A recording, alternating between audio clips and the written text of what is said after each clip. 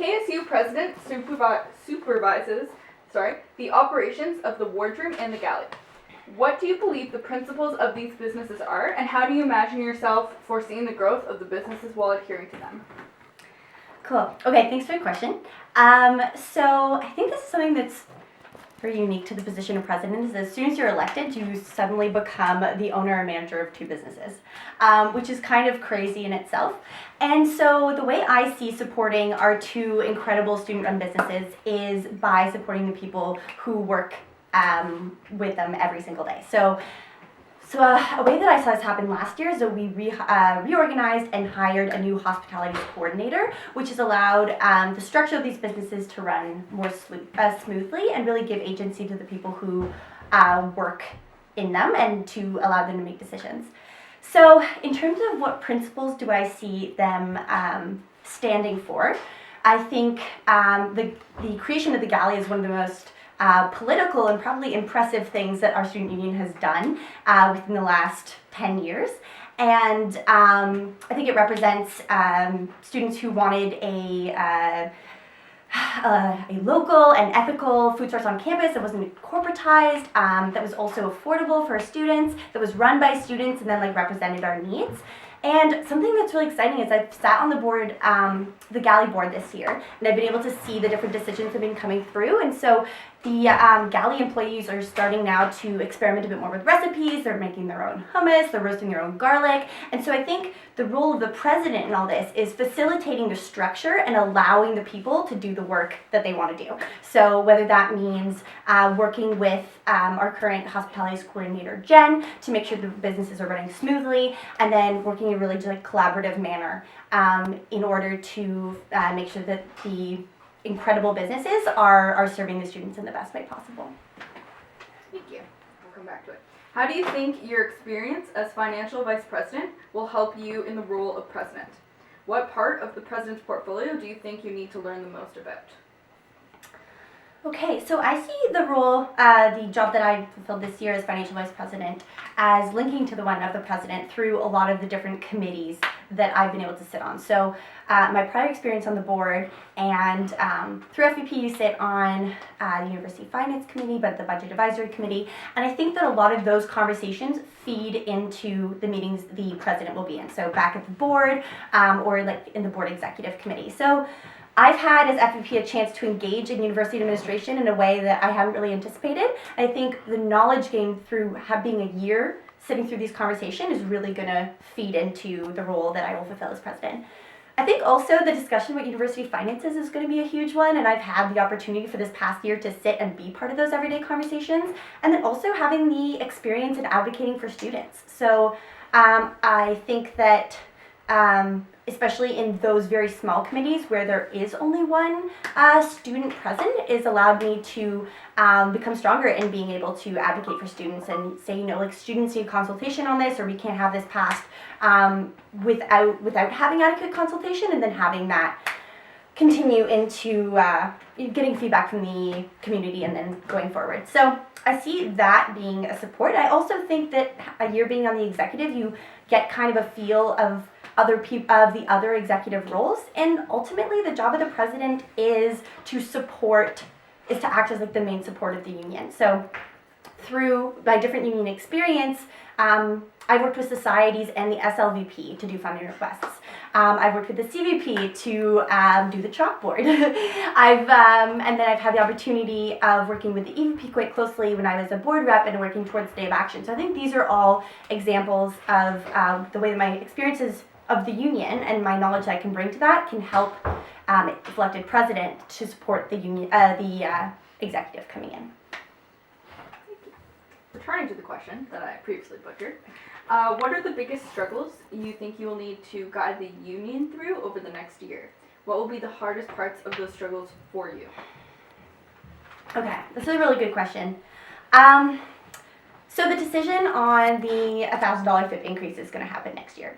And so while the work that we were able to engage in pushed back that decision, that is going to be coming up at the board level. So I see next year, and the reality is that many students coming in will have no context. They won't have participated in a Day of Action. They won't have the kind of the memory rightfully so, their first years, to be able to engage with this meaningfully. So I think there's a huge part is going to be education. Education on tuition, education on the decisions that have been made in the past and how this $1,000 increase came to be so we can fight it adequately.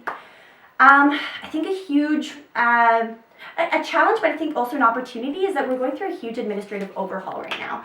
We are going to be electing a new president who will come to office in June 2016, which I actually think is a huge opportunity for students. The way that this process has gone, so many of the issues that have been brought up in this executive meeting and student issues have already been brought up through that process, asking the candidates what they think and how they plan to address things. So I actually see next year as an opportunity to work with this new president to really advance and be loud and hopefully have some more reception on the issues students are facing.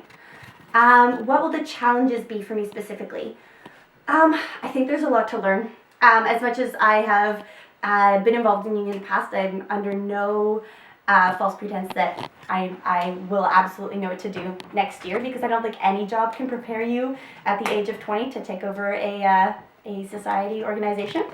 But I think that how I plan on doing that is I recognize the support systems that exist, either within past presidents, within working with our 2 incredible staff people. That's also going to be a big thing for next year. We are hiring a new staff person to work in the office, so I think that's going to be a big decision. So I think whenever there's a situation that I don't know what to do and I don't know what's best, it's always my first inclination is to consult and to seek advice and then hopefully make a correct decision. As president, you will need to bring together a large team of people to work on a diverse set of issues. You will be ultimately responsible for organizing all of the union-hired positions, counselors, the executive, and 2 full-time staff people. How will you approach the task? Okay, so I think the huge, biggest thing I would say in being kind of in that manager role is making sure that people know what their responsibilities are and supporting them so they have the ability and the agency to complete the work that they need to do. So I see that the president is in charge of both counselor training and the incoming exec training. So I see making those robust to equip our executive to go on and do the work that they want to do. I think as well the UHPs are supervised by members of the executive, so having conversation about how to be a good supervisor and then also supporting in that way. So I think we've talked a lot about delegation, and I think that is a huge part, but then my biggest premise is you need to tell people what you expect of them, so if there's an issue that arises later, we can deal with that together. So I think that's kind of the position I'm coming at that from. I don't know if I have this question exactly worded right, but I'm just gonna kind of say some things. So as president of the KSU, one of your kind of responsibilities would be being the face of the union in the boardroom, to the students, and also in the media. So that's just a big responsibility. So I'm wondering how you would prepare yourself to just accurately represent the union. That's really vague, I'm sorry. Yeah. No, I think it's a good question. This is something I've thought about a lot, because so often when we're having conversations, we say I can only speak for myself and my own experiences. And this is a problem with representation, is you go into a room and suddenly you have all these other students' experiences that you are responsible to bring forward. So that's why I really believe that, I know we talk about consultation, but I see that in so many different ways. I think that is, taking the walk and going up to the J School and talking to the J School students. I see that as talking to people in the wardroom. I think that there's a lot of informal ways you can plug into the different issues that students have in order to bring those together and bring that forward. I think that's also why we do so much work I know that's why we do so much work within an anti-oppressive framework, because it's understanding that I can't speak for the experience of others, but if we can create spaces where people are comfortable coming and sharing and feel safe, and we can centralize those voices, well, this is a separate thing, then I can bring those issues forward. But then a separate thing, I think, as well, is centering those voices of marginalized students to make sure that their voices are being heard and that we're providing that structure to allow more than one voice to go forward. So it's not just my face. Okay, The whole time you've been at King's, the union has been at war with something. We've been battling the dentistry scandal and rape culture through that initiative. We've been battling the issues of Howe Hall, tuition fees. We've just kind of been at war with things for a long time. The last time we got to have fun was when we threw a 225 party right before you got here. Or I think it was the year that you got here. Yeah, you. We haven't had a big win in a long time, and I don't think we've done a good job of celebrating the little wins that we've had, and some of the big wins that have been kind of behind the scenes. So what I want to know is, what do you want to win on next year, and how are you going to help the union get there? Okay, so in an ideal world, I would like to see the tuition increase be defeated next year, but I think we need to be prepared for whatever the outcome is and still celebrate how incredible it is when students come together and fight for what they believe in. So I think that something that we could have done better this year is really celebrating the moments where we did do that, and understanding that in the student movement it's difficult because you don't often get easy victories, and there are no easy victories, but the fact is we are part of a movement. And if I think back to where we were as a union when I first came in first year and where we are now, like there's so much progress and so much that has been done. I think also it's really important to acknowledge the little victories that are happening on campus all the time. I mean, we have like societies putting on incredible events. We have the Wardroom winning like best campus hangout every single year. We have some of the, to go on the Wardroom again, like the cheapest beer in Halifax. And we have students putting on really rad events and doing really rad things. We have student journals. We have athletes who are competing on a national level. We have so many amazing things happening on campus, and it's so important to celebrate those as well. So who knows what's going to happen next year? You're right, like you can't foresee a Dell dentistry happening. So I think what's really important is to goal set for the year. So like, what do we want to happen? And maybe we do just want to have a huge party. And then let's try to facilitate that just to get students jazzed and excited about it, because I firmly believe that the work we do is hard, but we have to have fun while doing it, or else it's not worth it. Next question. So I have one.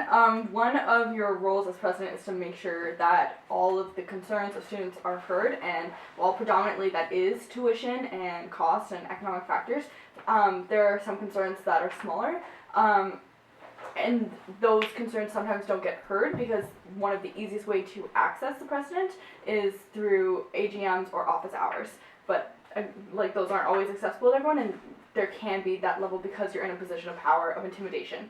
So how do you plan on making sure that everyone from union high positions to counselors to the exec that you work with every day to just the general KSU member who's just trying to get through their degree but who has this one little concern, how do you make sure that they all feel validated and heard no matter what time they come up to you to talk, even when you yourself are going through a stressful time? Yeah, it's a good question. I think something that's intimidating, but like not a lot of people know, is that all complaints about the union and any component go straight to the president.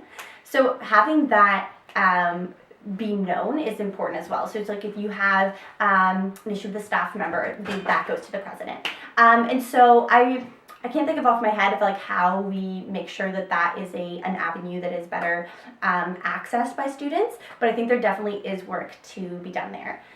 I think there's also something to be said about prioritizing face-to-face conversations. This is something I really tried to do this year's FVP in terms of meeting with societies and working through problems or working through things before council, so those that didn't happen at council. I believe firmly in that there's background work that needs to happen so things can flow smoothly, and that so someone who does come to council who wants to voice a concern isn't sitting there for 4 hours while people are debating something that could have been resolved outside of council.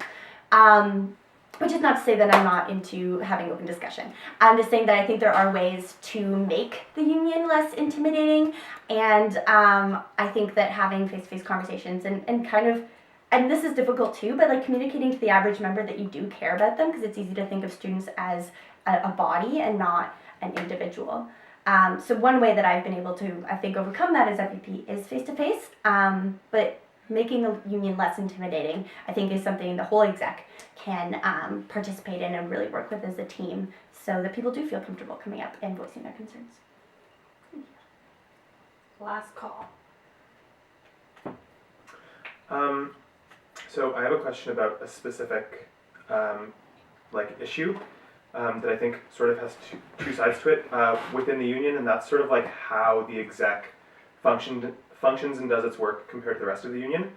I think often the exec does everything, which can is sometimes great, can also lead to burnout and can be too much for those 5 people to handle.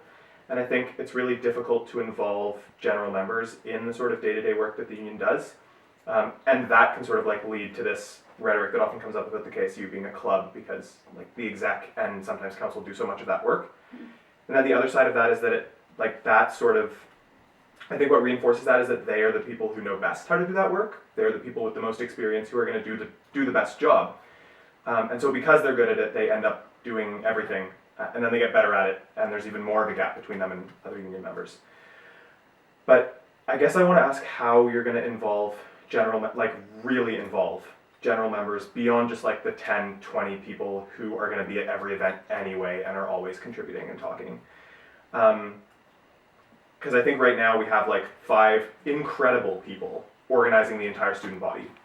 And I think it would be awesome if we had 100 people organizing each other, students actually, general members doing a lot of that actual work, and the exec sort of delegating to committees, delegating to general members. So is that something that's important to you to work on, and if so, how exactly are you going to do that? Okay, so I'm hearing in your question that you have 2 concerns. One of them is about the management, the executive, and the other is about community engagement.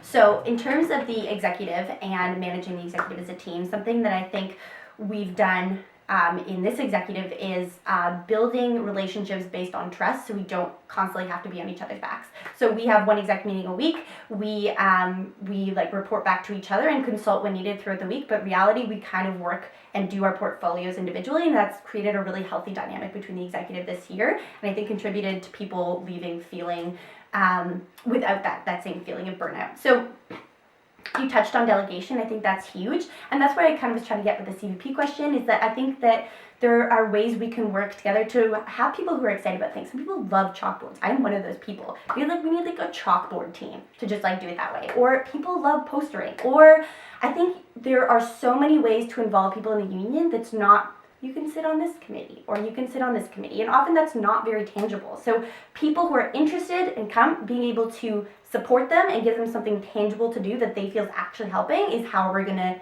include more people and move towards a bigger group of people organizing.